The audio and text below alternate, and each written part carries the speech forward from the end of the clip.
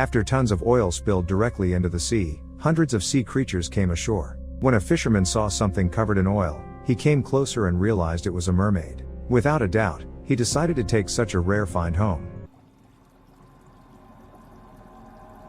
Fishing village of Palacios is struggling to survive an environmental disaster, an oil spill at sea. Local fishermen have been out of work for a year since the toxic substances had spread for hundreds of miles, killing sea inhabitants daily. To prevent an economic crisis and get their jobs back, fishermen are taking part in cleaning up the pollution in the sea. One of the coast's best sailors, nicknamed Sharko, becomes another oil spill victim. During the cleanup, he inhales a large amount of sprayed dispersant and falls overboard, receiving chemical burns on part of his body. After the tragic accident, the man became disabled and can only breathe with the help of an oxygen tank. Sharko takes the tragic incident hard because now life at sea has been taken from him. From a successful fisherman, who got his nickname by catching fish as easy as a great white shark, he becomes an isolated outcast, joked about by his former colleagues. Walking along the coast daily, Sharko finds corpses of birds and fish covered in a thick layer of oil. He sends them to the front office of the oil company responsible for the oil spill. Despite the lingering danger, the senator assures the villagers that the sea has been thoroughly cleaned of chemicals. The excited fishermen gather at the bar and talk about their past adventures at sea. Sharko also walks into the bar and listens in silence to the tales of his former colleagues. One of the men excitedly recounts how their crew got lost, and a pack of hungry mermaids surrounded their boat. To make the story more intense, he describes how the mermaids dragged him overboard and began biting off pieces of meat from him. The bar patrons are skeptical about his story, but the man exposes his torso and shows the bite marks. The fishermen are preparing for the new fishing season starting tomorrow. Sharko decides to break the silence and tells the fishermen that there will be no fish this year because the bay water is still filled with oil residue. He advises them not to get their hopes up and says that everything the senator says about the sea being cleaned is a lie. The fishermen don't take Sharko seriously, thinking he is just speaking out of hatred. After the bar, Sharko sits in his car, lost in his sadness. His former shipmate, Breezy, knocks on his door and asks to borrow his boat. He had screwed Sharko over before, and since then, he has not trusted his ex-partner, so he refuses to do him a favor. The next day, the fishermen go out into the ocean while Sharko sits at home listening to their conversations on the radio transmitter. Despite the man's warning, they all happily anticipate a great catch. Feeling angry and helpless, Sharko freaks out and turns off the receiver. The man goes to the Gulf shore again, where he finds a dead fish thrown ashore.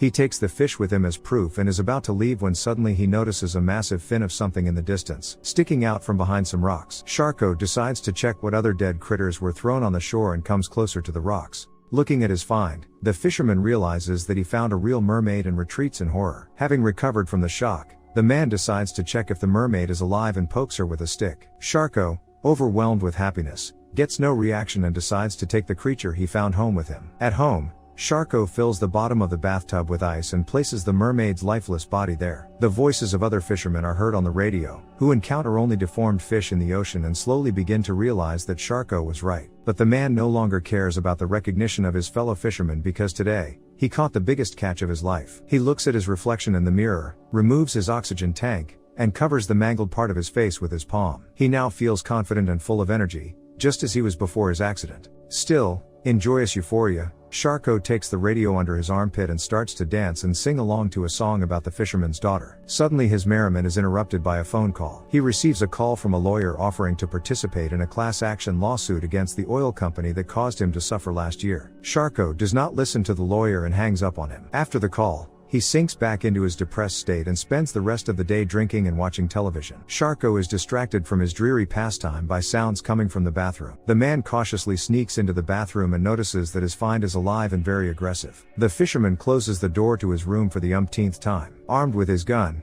he goes back into the bathroom, where the enraged mermaid immediately attacks him. The man falls and drops the gun.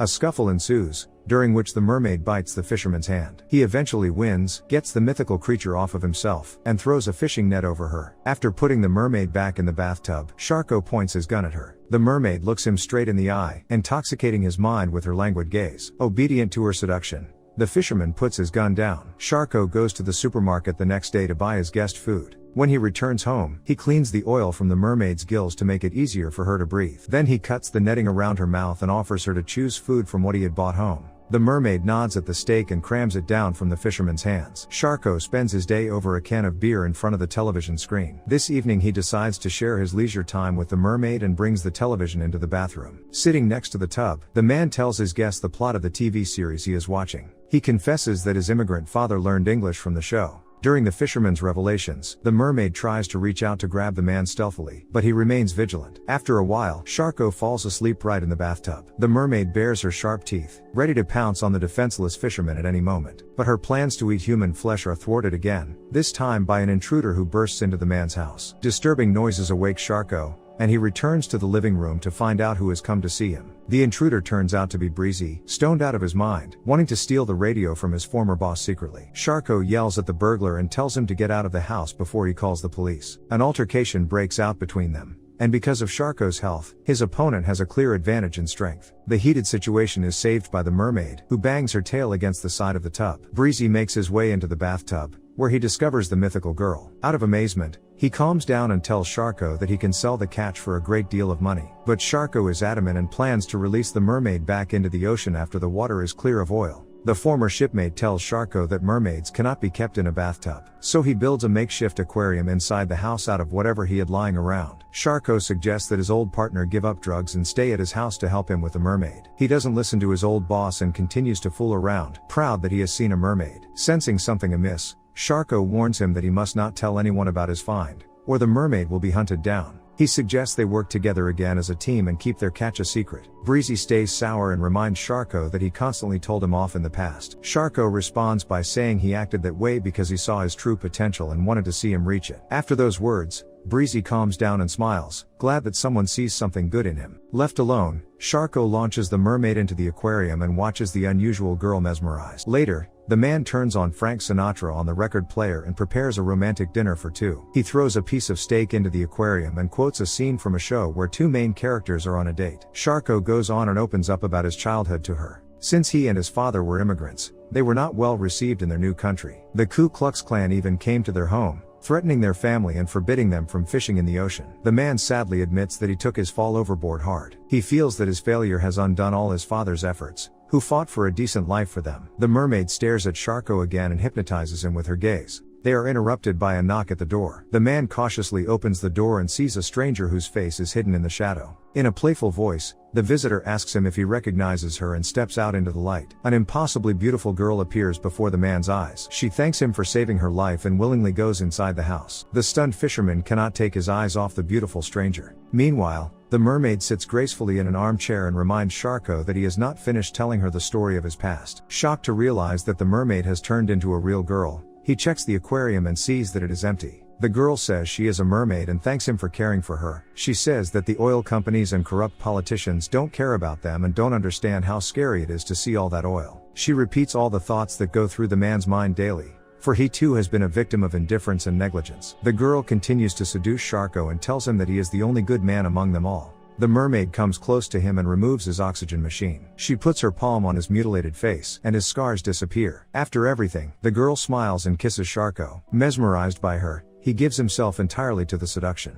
They spend the rest of the evening as if in a romantic movie. The mermaid plays a Sinatra record, and they begin to dance together. They make love, after which the girl listens with rapturous eyes to Sharko's stories from his childhood. In bed, the mermaid recounts the horror that living creatures experience because of the oil spill, and the man confesses that he wished every day he had died back then in the ocean until he met her. Embarrassed, the girl says she liked his favorite TV show, and they begin quoting scenes from it together. Their perfect night is interrupted by the headlights of a car arriving at his house. Sharko comes outside in his aged appearance and sees that several fishermen from the bar have gathered on his property. They tell the man he was right, the entire catch is oil-soaked for miles. The fisherman asks Sharko if he is really hiding a mermaid. Sharko realizes that Breezy has set him up again and blabbered to everyone about his find. The men want to take the mermaid away from Sharko, arguing that they need to feed their families. The fisherman advises his colleagues to find another job, as he will not give up his prey. After these words, the men are even more aggressive. Sharko pretends to agree with their demands and suggests they wait while he goes after the mermaid.